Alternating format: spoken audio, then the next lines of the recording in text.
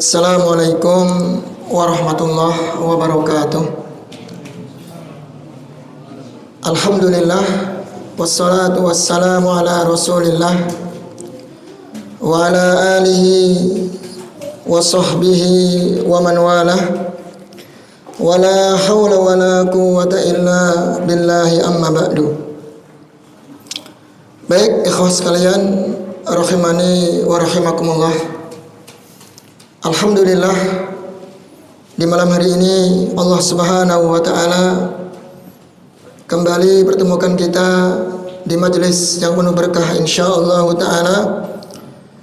Kita bersama-sama mempelajari ilmu bahasa Arab, mengenal kaidah-kaidah ilmu nahwu maupun ilmu saraf sebagai bekal kita untuk memahami Al-Quran dan Sunnah Nabi alaihi salatu wassalam.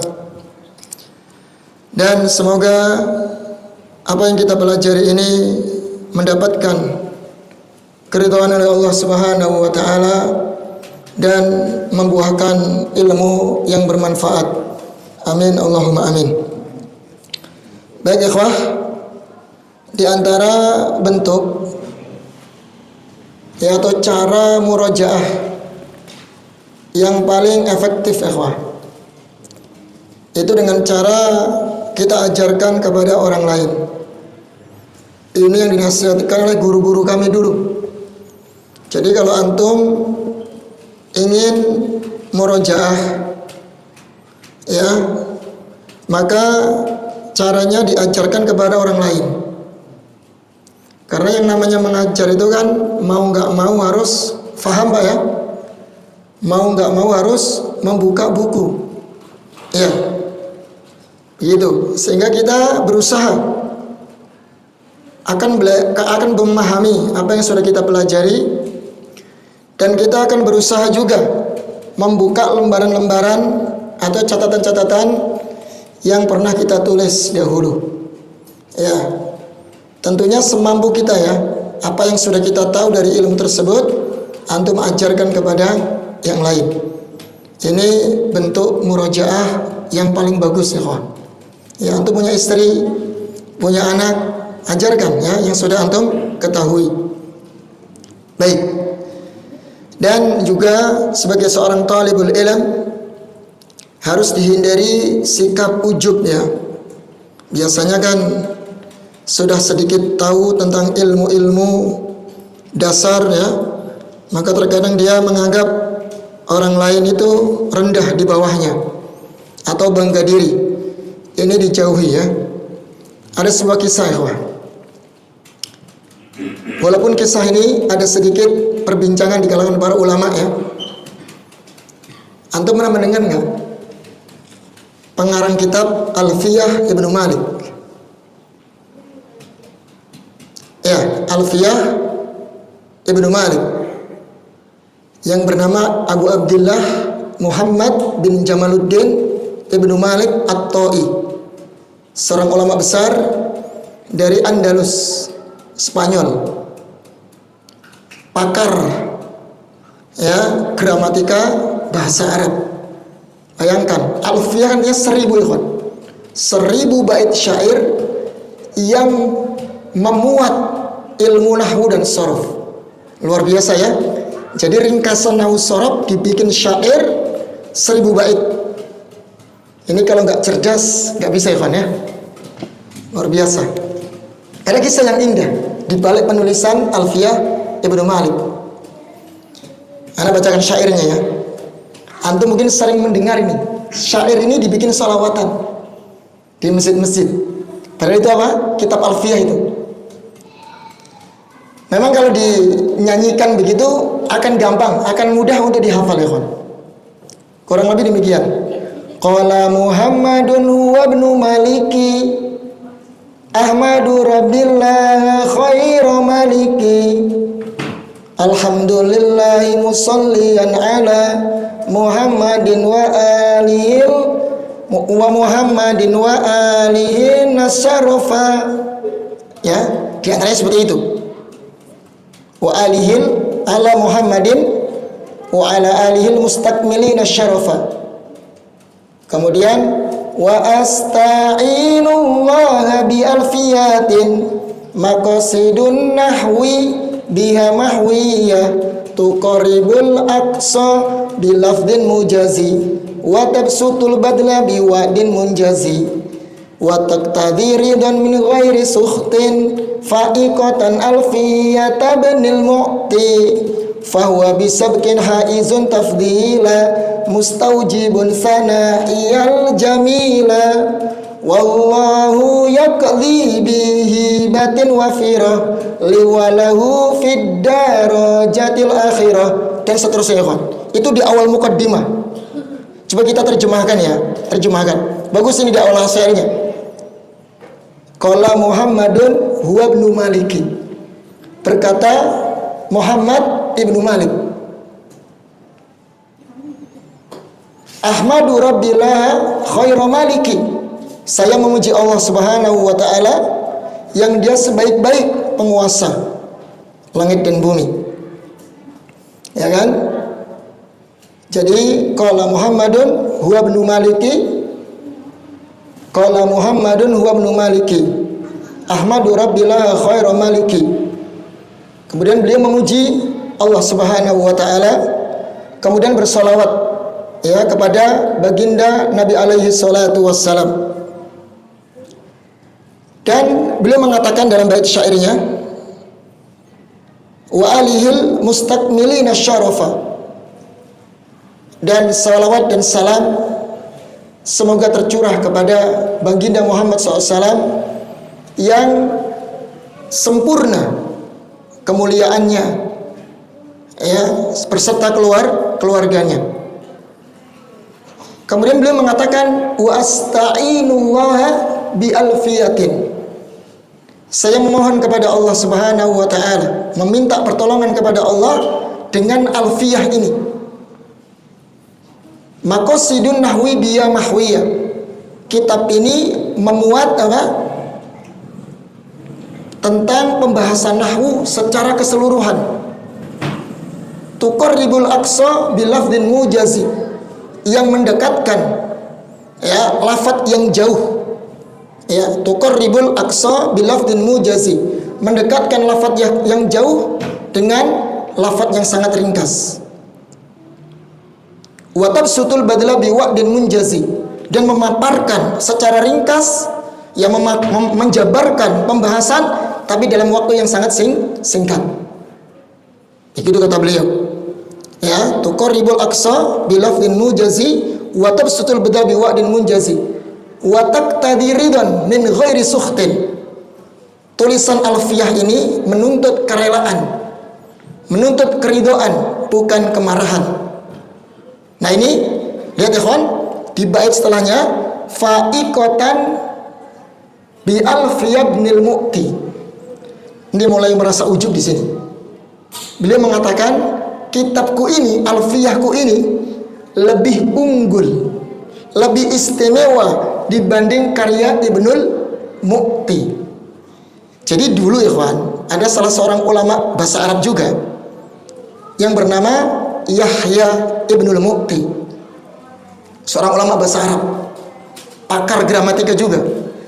Nah, maunya Ibnu Malik ini menganggap bahwasanya tulisan beliau ini, karya tulis beliau ini lebih keren, lebih canggih dia dibanding karya siapa tadi? Ibnul Mu'ti. Muncul sikap apa? Ujub, bangga diri. Ini yang kita ambil pelajaran di sini. Ya. Nah, kemudian setelah beliau timbul rasa ujub itu, ini dalam sebuah riwayat ya, mungkin masih banyak pembicaraan di sini. Beliau waktu itu hilang inspirasinya, pikirannya kosong ya, terhenti, tidak bisa melanjutkan tulisannya lagi. Ya. Kemudian sampai beberapa hari itu, ketika muncul rasa ujub, Allah Subhanahu wa taala memberikan ujian. Akhirnya apa yang dia mau tulis dalam otaknya tadi, dalam benaknya tadi, hilang semuanya. Inspirasinya hilang, kosong pikirannya. Sampai dia beberapa hari itu bingung, mau melanjutkan itu bingung. Nah, waktu itu dia tertidur, ceritanya begitu ya. Tertidur, dia mimpi. Mimpi didatangi sosok seorang laki-laki. Kemudian dia bertanya, "Wahai fulan, saya mendengar engkau ingin mengarang lagi menulis kitab Alfiyah tentang ilmu nahwu." "Iya betul," kata Ibnu Malik dalam mimpinya nih ya. Sampai mana?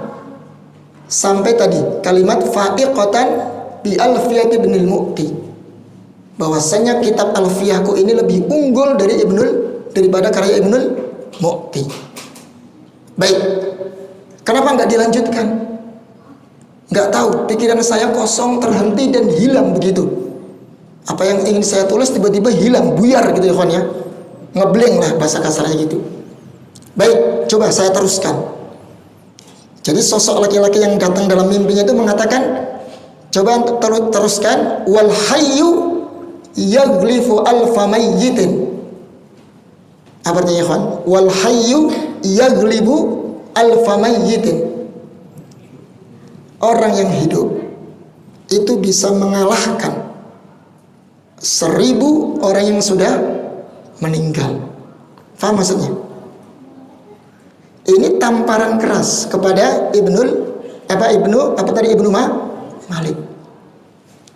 Maksudnya dari kalimat tadi, syair mengatakan wal hayyu yaghlibu alfa mayyitin, orang yang masih hidup bisa mengalahkan 1000 orang yang sudah meninggal. Artinya engkau merasa hebat karena kau masih hidup, dan kau bisa merasa ujub lah, dan bisa menghantam orang-orang yang sudah meninggal.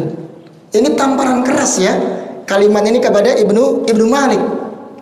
Akhirnya dia bertanya di mimpinya tadi, engkau Ibnul Mu'ti ya? Iya, saya Ibnul Mu'ti. Ternyata tadi yang meneruskan syairnya dia Ibnul Mu'ti, ikhwan. Akhirnya dia tersipu malu dan menghapus, ikhwan. Tidak meneruskan kalimat fa'iqatan alfiyat ibnil Mu'ti. Ya, tiba-tiba dalam bait syairnya tadi diganti. Dipuji siapa? Ibnul Mu'ti. Dia menulis gini di akhir syairnya tadi yang saya bacakan tadi ya. Kalau mengatakan fa'iqatan alfiyat ibnil Mu'ti. Ya, fahwa bisabkin haizun tafdilan. Dia hapus ganti kalimat fahwa bisabkin haizun tafdilan. Dia lebih unggul daripada saya. Sekarang giliran dipuji itu Ibnul Mu'tinya. Dia lebih unggul daripada saya karena dia lebih dulu menulis ilmu nahwu ini. Mustaujibun sana'iyal jamila. Dia berhak mendapatkan pujian dariku yang sangat indah. Ya, kemudian beliau mendoakan, wallahu yaqdi bihibatil wafirah. Semoga Allah Subhanahu wa taala mencurahkan karunia-karunia yang sangat berlimpah kepada beliau. Li walahu fid darajatil akhirah. Untukku dan untuk dia di tingkatan apa? Di tingkatan di akhirat, maksudnya begitu. Lihat ya kawan ya. Nah ini, jadi ternyata yang seperti ini muncul di kalangan para ulama.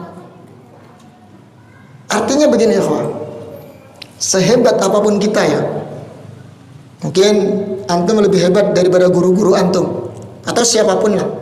Terkadang kan begitu ya. Terkadang muridnya lebih viral daripada gurunya. Kan banyak seperti itu sekarang Pak ya. Di media sosial gurunya malah dikalahkan dari sisi viralnya ya. Kita nggak boleh merendahkan guru kita. Bagaimanapun kita dulu belajar sama dia. Ya. Yang meletakkan dasar-dasar kaidah, yang mengajari kita ilmu-ilmu dasar ya guru kita itu. Sehingga sebab dengan guru-guru kita tadi kita bisa menjadi orang hebat. Maka jangan sampai kita kemudian merasa ujub dan menganggap remeh orang lain, apalagi guru kita. Sekalipun mungkin antum lebih hebat ya, saya ulangi lagi, lebih viral, lebih terkenal, tapi ingat kita harus ngaca diri. Dulu kita belajar alif ba ta sa dari siapa? Yang ngajarin antum baca Iqra itu siapa? Ya, yang mengajarin antum dulu ilmu dasar nahwu sharf itu siapa? Ya, kita ingat ya. orang-orang yang telah berjasa sebelum kita. Nah ini ikhwan ya. Nah ketika sikap-sikap itu tadi muncul, sikap ujub tadi muncul dari seorang Imam Ibnu Malik, sehingga beliau akhirnya merasa malu ikhwan. Malu, dan kemudian beliau memuji Ibnul Mu'ti, dan kemudian beliau juga mendoakan kebaikan kepada Ibnul Mu'ti. Ya, ini sebuah pelajaran ikhwan ya, yang harus kita fahami bersama. Ya, artinya seorang talibul ilmi harus ingat, ya, sehebat apapun kita dulu pernah punya guru yang telah mengajari dasar-dasar ilmu, dan kita harus tawadu, ya, harus takdim kepada guru-guru kita yang telah mengajarkan sedikit banyak ilmu. Baik ikhwan, itu sedikit ya kisah tentang penulisan dari kitab Alfiyah Ibnu Malik. Itu sering ya, ya, antum dengar di masjid-masjid jadikan sholawat ya. Itu bukan sholawat sebenarnya. Itu adalah yaitu alfiyah gitu loh. Anda juga pernah mendengar, kok kaget, ini kok jadikan sholawat sebelum iqamah sholat itu loh. Ya. Nah, itu alfiyah ya, kawan. Ya, kalau ini perhatikan alfiyah, bagus itu. Ya. Nah, ini di beberapa pesantren kalau nggak belajar alfiyah itu kurang afdal. Ya. Namanya santri biasanya tidak lepas dari kitab ini. Diajarkan di seluruh pesantren Alfiyah Ibnu Malik ini. Ya, Alfiyah Ibnu Malik. Ya, antum bisa lihat ya, matan-matannya bagus banget. Ya. Baik, kita lanjut ya kawan ya. Pelajaran kita itu sampai pada isim isyarah. Sudah kita bahas ya tentang apa? Isim ma'rifat, Pak ya. Isim yang ditinjau dari ta'yinnya ada dua, yaitu nakirah dan ma'rifat. Isim ma'rifat ada berapa ya kawan? Ada berapa yang sudah kita pelajari? Baru dua ya. Yang pertama apa? Ada alif lam. Jadi kalau ada isim diawali alif lam berarti dia ma'rifat. Tahu ma'rifat kan ya kawan ya? Yang sudah jelas ta'yinnya, penunjukannya. Kedua apa kemarin? Di antara ciri-ciri isim ma'rifat, dhamir. Semua dhamir itu ma'rifat. Karena sudah menunjukkan kata ganti orang. Orang satu, orang pertama, orang kedua, orang ketiga. Jelas semuanya ya, dhamir. Dan kita sudah jelaskan pembagian dhamir ya. Ada yang dhahir, ada yang mustatir. Yang dhahir ada tiga ya. Afan ada dua ya. Dhamir munfasil, dhamir muttasil. Kemudian yang munfasil ada dua, rafa dan nasab. Yang muttasil ada tiga, rafa, nasab dan jar. Kemudian yang mustatir ada dua, yang wujuban sama yang jawazan. Nah tinggal antum di murojaah. Kemarin gimana tugasnya? Mudah ya insya Allah ya. Anda lihat sudah pada bisa kok. Mungkin antum terkecoh dengan kalimat di surat Insyirah itu ya, sadrak sama apa ya kawan? Dzikrak gitu ya, dhahrak gitu ya. Itu dikira dhamir nasab muttasil. Rata-rata menjawab nasab muttasil. Karena mungkin masih ingat kaidahnya kalau di fathah lam fi'ilnya gitu ya, maka dia nasab. Keliru ya kawan.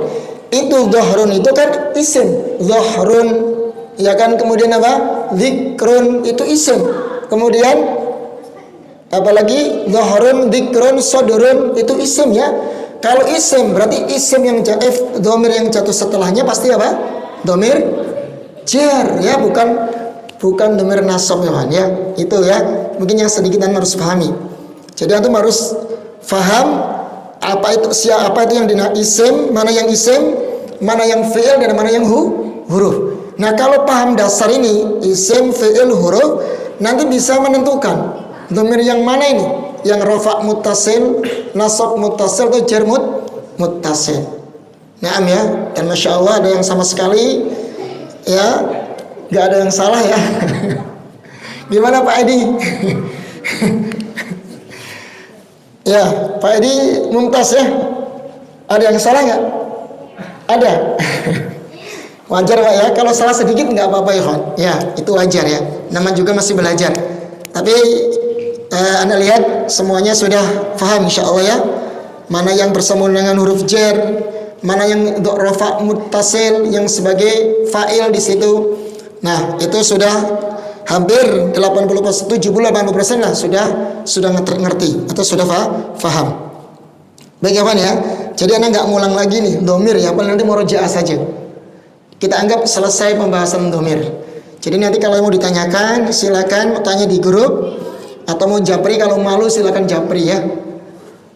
Baik, sekarang kita masuk di antara bentuk isim ma'rifat yang ketiga, yaitu isim isyarah. Isim isyarah atau bahasa kita kata tunjuk Pak. Ya, kata tunjuk. Coba kita lihat.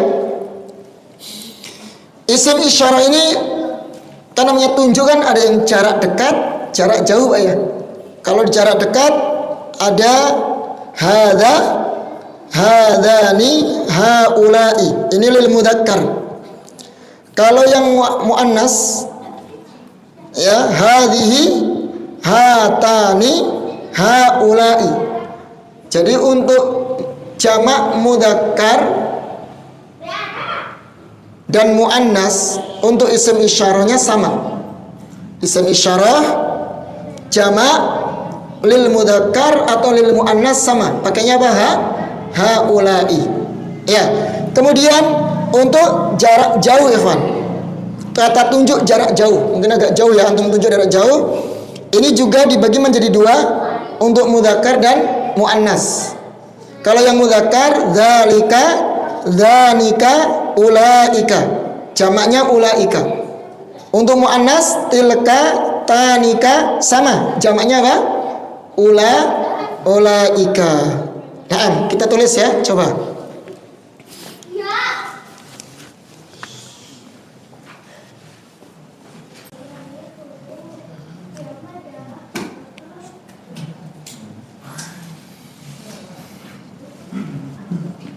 Isim isyarah.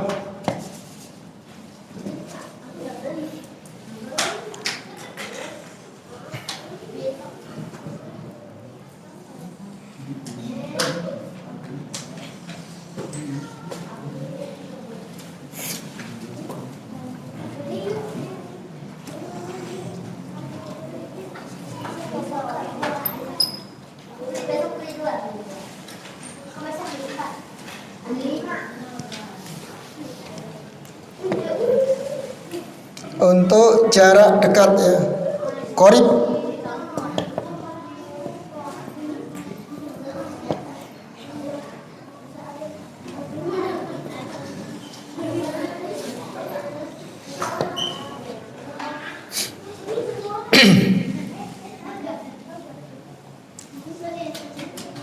Hada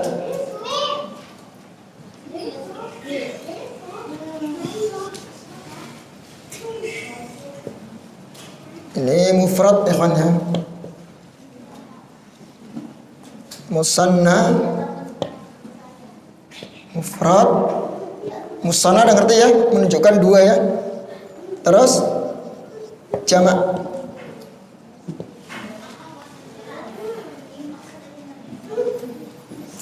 Kita tulis di sini hada. Kemudian yang musannanya apa ikhwan? Hadzani. Terus jamaknya haula'i.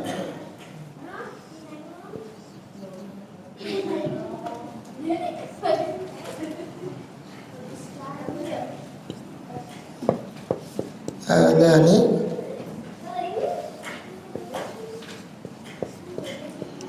Haula'i. Ini ya. Ini untuk mudzakkar.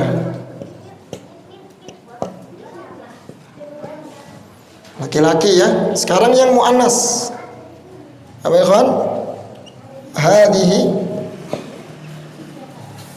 Terus hatani. Apalagi Pak? Sama Pak ya? Haula. Jamaknya sama. Nah ini untuk apa ini? Muannas. Ini Pak ya. Baik, sekarang yang jarak jauh Pak. Berarti ya Bapak bait ya, bahasa Arabnya itu bait. atau jarak jauh.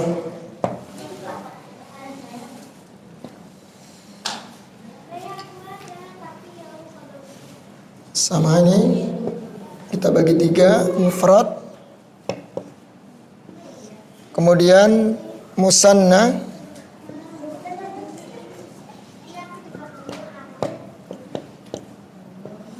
jamak.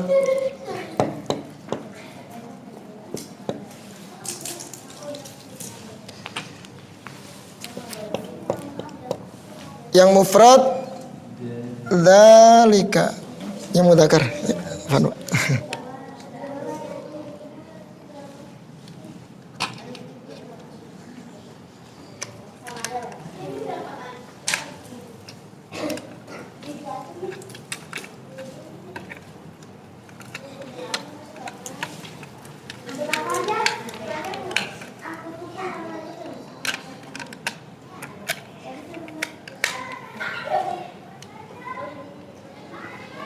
Syukran Mas.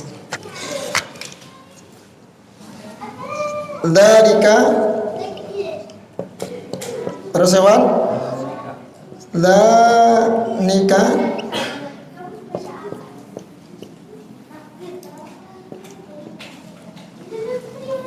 jamaknya apa? Ulaika.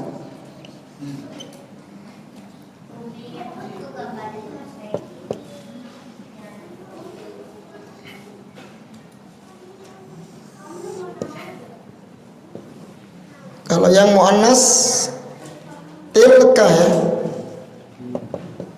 Tilka terus tanika ya.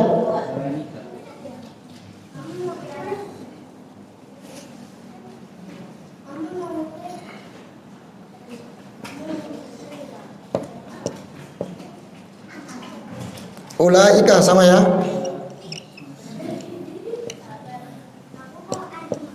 Nah ini apa? Ini isim isyarah ya.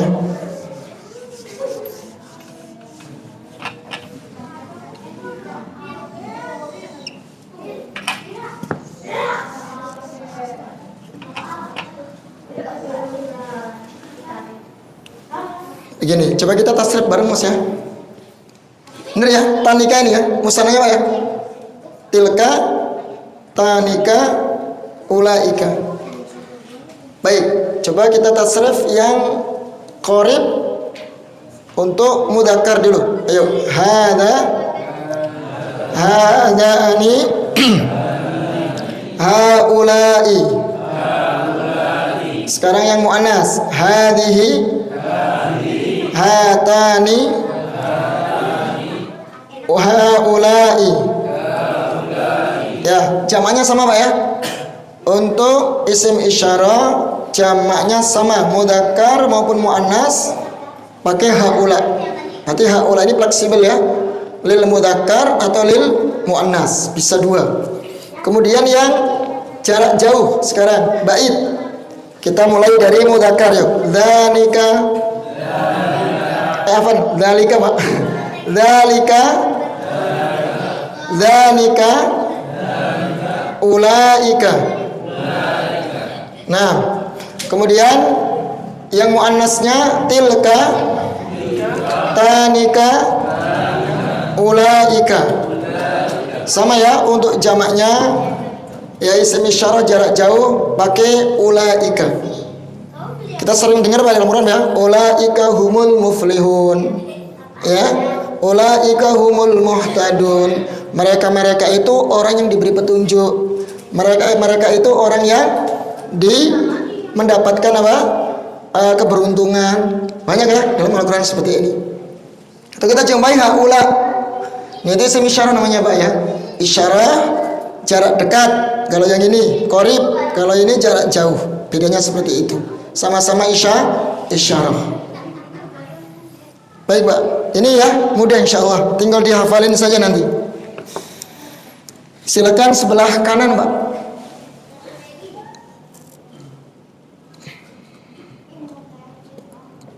Sebelah kanan dibaca isim isyarah lil qarib dan lil ba'id. Fadhal. Hadaya. hadani,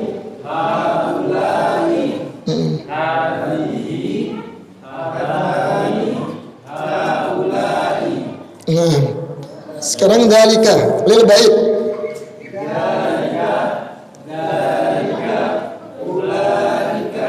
Muannasnya tilka. Nah, sebelah kiri Pak, fadhil.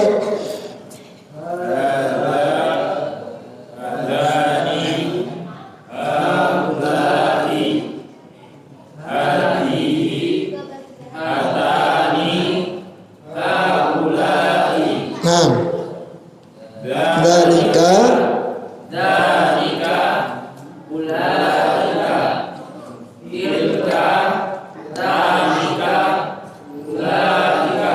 tanpa melihat bisa ya?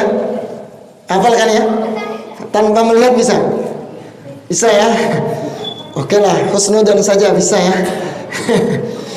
Baik, sekarang kita lihat penggunaannya Pak. Kalau sudah tahu itu nama-nama isim isyarah, jarak dekat dan jarak jauh, lil qarib dan lil ba'id. Itu lafaz-lafaznya. Nah, ini termasuk isim ma'rifat ya, karena sudah jelas penunjukannya. Ya, sudah tidak diragukan lagi, penunjukannya sudah jelas, maka dikategorikan dia masuk isim yang ma'rifat. Baik, sekarang kita masuk pembahasannya atau penjelasannya dari penggunaan isim-isim isyarah ini. Anda perhatikan yang di kotak bawah itu Pak. Hadza, hadani, kan itu mudzakkar. Ya Pak ya. Terus tulis di situ lil akil wa ghairil akil. Jadi hadza dan hadani ini digunakan ya kata tunjuk untuk benda yang berakal atau yang tidak berakal. Jadi yang berakal boleh pakai hadza, yang tidak berakal juga boleh pakai hadza. Contohnya kita mau menunjuk ini HP Pak, HP kan nggak berakal Pak ya, boleh pakai hadza Pak. Hadza jawwalun, ini HP. Jawwal itu HP ya. Baik, itu bisa. Atau kalau hadani untuk dua benda, ya Pak ya, kita menunjuk dua benda. Contohnya dua kitab. Ini dua kitab. Gimana Pak bahasa Arabnya? Hadani kitabani. Nah, kitabnya juga harus dua ya. Karena kata tunjuknya dua, berarti nanti kitab yang ditunjuk juga dua. Jadi hadani kitabani. Sudah kita pelajari di pembahasan isim ditinjau dari jumlah atau bilangannya dulu. Bagaimana cara membuatnya? Ditambahkan alif, nun atau ya nun. Huruf nun harokatnya di kasrah. Ingat itu ya, ingat. Yang sudah dipelajari, yang udah lewat jangan dilupakan. Nah begitu. Nah ini untuk hada dan hadani bisa dipakai lil akil wa ghairil akil, untuk yang berakal dan tidak berakal, boleh. Baik, kemudian yang haulai, jamaknya Pak ya. Jamak, kata tunjuk jamak bisa dipakai untuk mudzakkar dan muannas. Dua-duanya boleh nih. Ya, mudzakkar dan muannas. Ini khusus lil akil. Perhatikan di situ. Tulisannya lil akil, khusus untuk yang berakal. Jadi Pak, nggak boleh kita menunjuk di sini, mungkin ada buku-buku, ada 3-4 buku. Kita ingin menunjuk haulai, apa jamaknya buku kemarin? Jamak taksirnya apa? Kutubun. Boleh enggak? Haulai kutubun. Boleh enggak? Enggak boleh, karena enggak berakal. Enggak boleh pakai haula. Karena haula ini khusus untuk yang berakal. Nah, nanti pakainya apa? Nah, pakainya nanti kalau jamaknya enggak berakal, pakainya hadihi. Kemarin kita bahas ya, tapi dia ada penjelasan lagi di sini. Baik. Jadi ingat, haula ini digunakan kata tunjuk yang berakal. Ya, jika tidak berakal nanti menggunakan hadihi. Pakai mufrad muannas, Pak. Kata tunjuk yang mufrad yang muannas. Ngerti sampai sini? Berarti haula ini penggunaannya untuk berakal. Berarti kalau ada banyak laki-laki di sini, ya laki-laki ini saya tunjukkan antum ini. Haula'i ikhwatun atau haula'i ikhwanun. Ya, jadi mereka-mereka ini adalah para ikhwan, para saudara-saudara laki-laki. Atau haula'i rijalun, para laki-laki, jamak dari rajulun rijalun. Ya, jadi kalau yang ditunjuk ya kata yang ditunjuk jamak, maka kita pakai isyarah jamak, disesuaikan Pak ya. Kalau yang kita tunjuk dua benda, maka pakai yang musanna. Kalau yang ditunjuk hanya satu, pakai mufrad hadza. Jadi hadza untuk mufrad, hadani untuk yang musanna. Kalau haula untuk jamak khusus yang berakal. Faham ya? Insyaallah. Faham tuh. Baik. Sekarang coba antum tebak ya. Kira-kira pakai apa ini?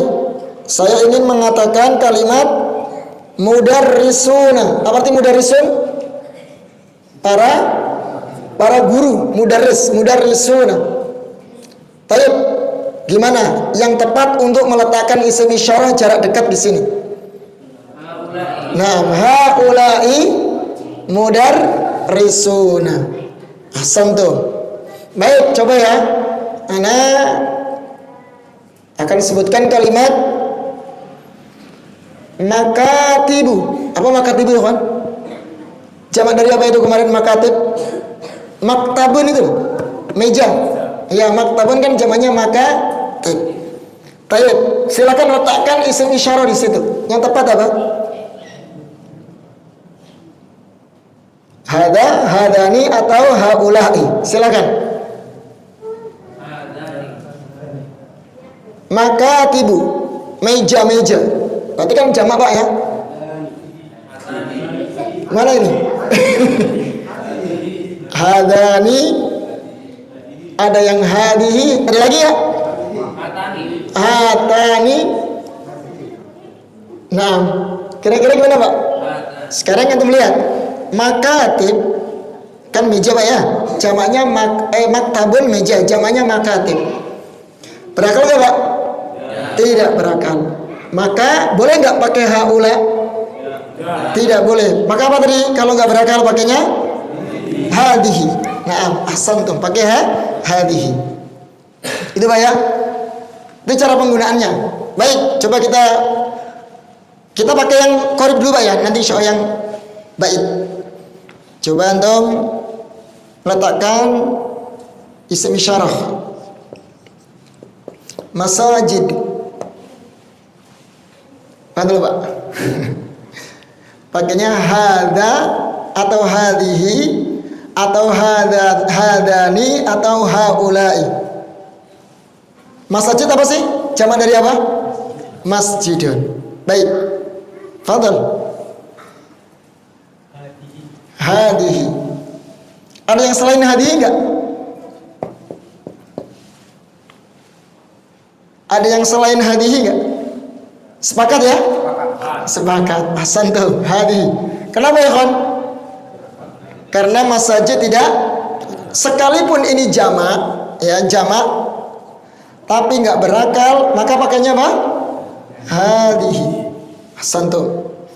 Baik, lanjut ya. Coba ini.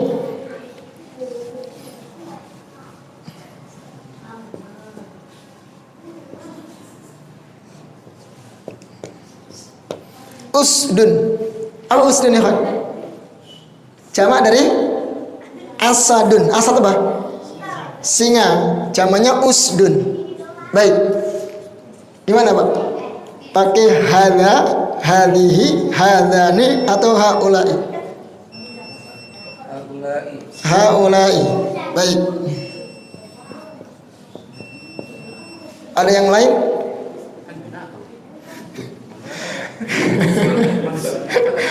Padahal Mas. Nggak apa-apa. Nanti kita koreksi bareng. Antum apa Mas? Antum udah ya? Ya, apa nak? Hadihi. Ada yang lain mas? Hadihi. Sama ya? Antum mas? Haulai atau hadihi atau hada? Silakan.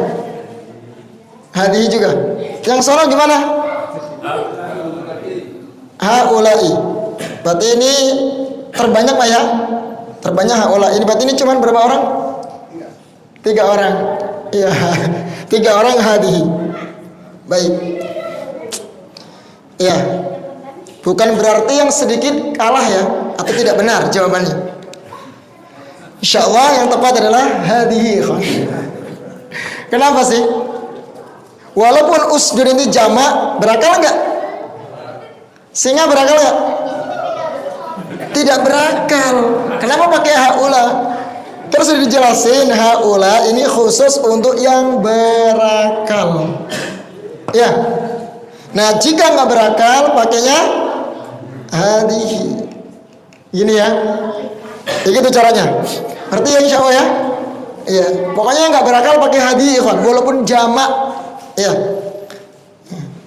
Baru kalau yang tidak berakal, kalau yang berakal baru pakainya haula. Jelas. Coba lagi ya. Udah masuk atau belum, Pak?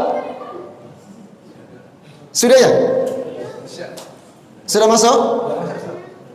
Udah. Mungkin cukup aja Pak ya. Khawatir nanti ada yang datang nungguin. Baik, nanti lanjut lah insya Allah badal isya.